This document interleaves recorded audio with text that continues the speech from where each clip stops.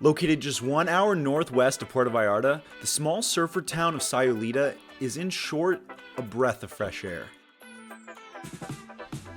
Many travelers go down to Mexico searching for warm beaches, good food, and a couple shots of tequila. But more often than not, this can be found in large commercial resort towns like Cancun, Cabo, etc. But recently, the rise in popularity of tourist destinations like Tulum have shown that today's travelers are looking for something more off the beaten path. Something less commercial, more private, and authentic. This is where the town of Sayulita truly shines.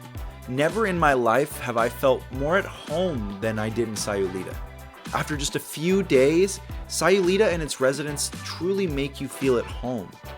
Walking through the beach and nodding to yesterday's taquero, waving at the mezcalera across the street, or even sharing a coffee with the guy you encouraged to ollie that 8-stare last night.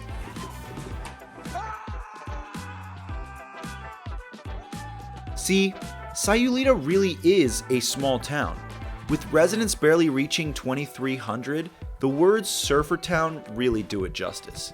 And it's not just the surfing, which there's plenty of, don't get me wrong, but the whole vibe of the city is so laid back and personal, it's hard not to feel like you've been here for years. And that's something you quickly notice. Many of the residents are so personal because a large percentage of tourists are residents for a time. Digital nomads, backpackers, people who work remotely and float from place to place, often spend months at a time in one city. These people are drawn to the relaxed lifestyle of Sayulita. Now, getting to Sayulita is a relatively easy task. After landing in Puerto Vallarta National Airport, any trustworthy taxi service will take you on the hour trip for about 10 to 1,200 pesos, which is about 50 American dollars. Now, the drive is not long, though it can be a bit windy at times, but you really get to see some of the smaller towns and pueblos outside of the limits of Puerto Vallarta's large-scale resorts. And that really is the big draw of Sayulita. It's somewhere you can escape from the polished facade of commercial hotels and enjoy something a bit more down to earth.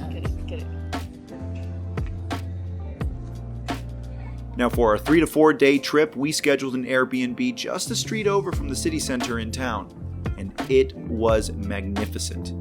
There's just something I love about the hominess of a little place to call your own. A private patio, a little kitchen, and even some household repairs are all part of the adventure.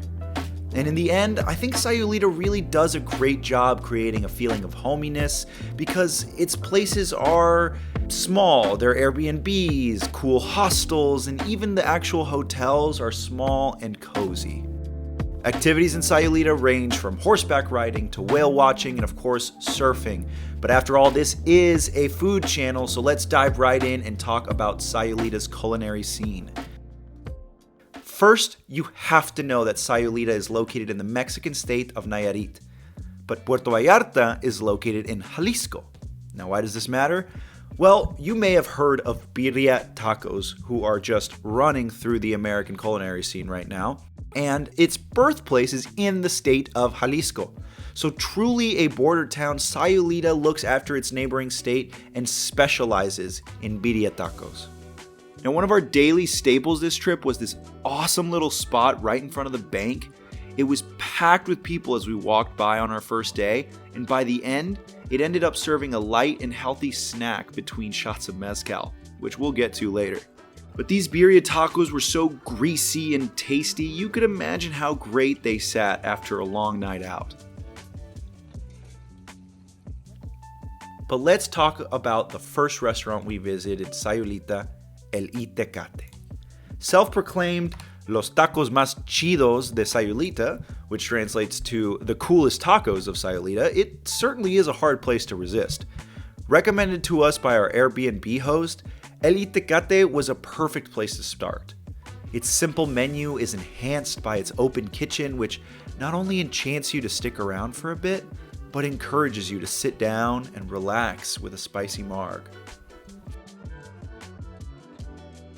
We opened up our first Sayulita almuerzo with some guac and a visually striking queso.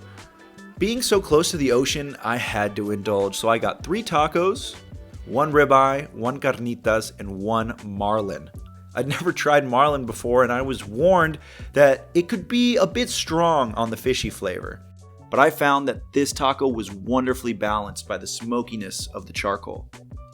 Everything was tip-top tasty. Charred beef, well-marinated pork, and the shrimp was exceptionally fresh. Each salsa tasted unique, and some even packed quite a punch. Now, something else that can't be missed anytime in Mexico is the street corn. Call me weird, but there's something just so unique about these vendors that reminds me of my childhood. So if you ever see me in Mexico, you can always catch me by the nearest elotero. It's the white corn that makes it. It really is. Another Mexican staple you can't miss are the chilaquiles, one of my absolute favorite dishes. Now, chilaquiles were a little hard to come by in some of the corner restaurant, but we actually found an awesome little spot named Yecame, conveniently located right next to Itacate. The simple breakfast dishes they offer are often elevated by their use of spice-filled salsas and homemade blue corn tortillas. With the seeds in there, I mean, medium About being a bachelor. and mild. I'll try the green one real quick. Is that as much as you tried? Yeah, just a little bit. I taste it, but it's good. You like it? What's in there? El jamón y huevos y beans. Oh, muy bien. It really is a traditional homegrown breakfast, always served with a side of rice and beans.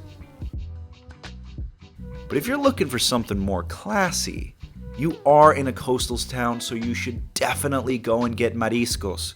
The one place we'd recommend is El Tiburon. Find the OXXO.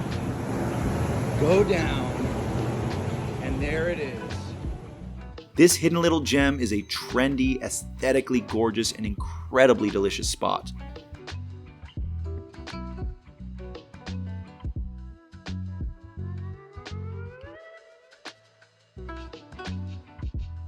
The game started off with Los Famosos Guachos, waffle nachos, and the firecracker shrimp. Both were tasty, but the guachos are called famous for a reason. The carnitas on top were so good, and once their richness mixed in with the cheese and the crunchiness of the waffle fries, it was fire. Rough. Now for our entrees, the group went all in family style on the shrimp fajitas, catch of the day, oven roasted brisket in Oaxacan black mole, pork confit tacos, and roasted broccoli. Strangely enough, the standout dish was the broccoli. That should be how we do it. We get wow. That's good. That's really good. Our waiter mentioned that the pipan mole and sweet potato puree combination works in such a way that the toasty flavor engulfed your taste buds with every bite, but at the same time left you with a subtle but tasty burn. This broccoli is like one of the best things on the menu. Additionally, on the side of the black mole came this little sauce with charred crickets inside. It came as a wonderful surprise to the group, but we all decided to cheers and really enjoyed it. Crickets were like crunchy and salty and tasty, so it was an amazing little surprise. Now, speaking of toasty burns, can we talk about mezcal for a second? Because I've been on it for a minute now. Mezcal is the bigger category of any spirit derived from the agave plant. So tequila is a type of mezcal. But not all mezcals are tequila, you know? Think of it like bourbon and scotch. Of course, no trip to Mexico is complete without some tequila, and Sayulita has a dozen of tequila tours that you can indulge in, but one we came across was actually a mezcal bar named La Selecta. We were drawn in on the way to the beach by its bright pink room, and our wonderful mezcalera taught us all about mezcal. Okay, guys. So normally for making a mezcal, you need to make a hole under the ground to put firewood, to cook it during 2 days with volcanic stones or river stones, depending on the area, the custom. It's like the champagne. Oh, yeah. Why? Because they try to grow these plants somewhere else. It doesn't have enough quality. This is devorador de pecados. I don't know how to say that in English. Devourer of sins. Why the scorpion? Because the scorpion is a protector. He's a guardian, okay? So he's the one who's eating that, okay?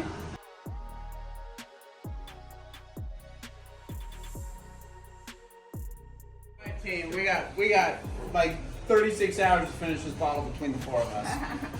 Now, our team never backs down from a challenge. So after 3 days, we enjoyed the fruits of our labor. When we arrived in Sayulita, we said, like, we're gonna drink Mezcal, and we were educated on one of the biggest parts of Mezcal that makes it different than tequila is, one, it's derived from the roots of agave, not the plant, and two, they put in an insect at the bottom. We tried to get a worm. We're gonna find a worm in Mexico City, but in Sayulita, all that they had was a scorpion. So we finally downed the bottle, and now it's time to eat the scorpion. We have to cut off the tail, and then we're gonna slice it a little bit. Stale's gonna get a couple legs. You and I are gonna get the bodies and all that stuff. It's gonna be so great. Cheers, brother. Cheers. Not bad. I don't get a lot of flavor. Out of this being the second insect we've eaten today, like, this one's by far the least, like, flavorable. The crickets were much better. The crickets were a lot better. Cheers. Now, this really sparked a fire in the gang as the idea of eating a mezcal worm was too enticing to resist. Our long searches, however, didn't bear much fruit as the worms are one per bottle and not many places even ordered bottles that had the worms. But if you want to know how our quest for worms ended in Mexico City, be on the lookout for that future episode.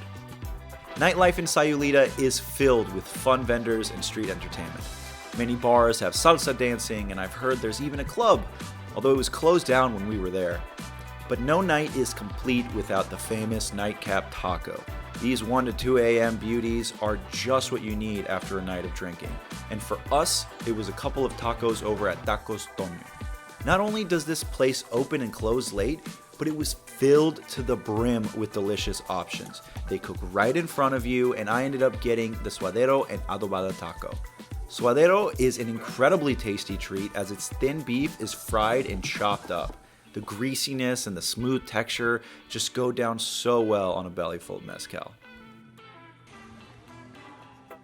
And here's our last taco tonight. Good night, everyone.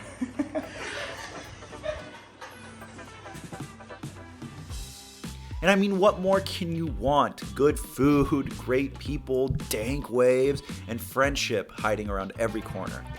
Okay, that last part was a bit cheesy, I'll admit, but seriously, go to Sayulita. You will make memories for a lifetime. Thanks for watching our video. If you enjoyed it, please do all the stuff YouTubers need. Hit the like button, comment your experience if you've been to Sayulita already, and subscribe for more content just like this. We continue this trip on to Mexico City and have several videos coming up, so stay tuned. Thanks again, and please, if you're going to add sauce, sauce it up.